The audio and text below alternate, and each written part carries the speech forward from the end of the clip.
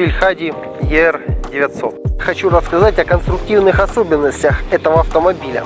На стальную трубчатую пространственную раму установлены панели из стеклопластика, что дало значительно уменьшить вес автомобиля в целом. Дверь поднимает газовый упор, и залазить в машину очень удобно. Стекло опускается простым опусканием вниз. Руль полностью самодельный. Приборная панель автомобиля укомплектована с автомобиля ВАЗ-2103. У него стоит мотор Запорожца 966В с таким точно, как на Запорожце, карбюратором родным. Задние фонари установлены с 11 модели Жигулей. Катафот установлен с Копейки. И задний ход установлен с Москвича 2140. Поворотники с 24-й Волги. Главный свет с ВАЗ-2103 и подфарнички с Копейки.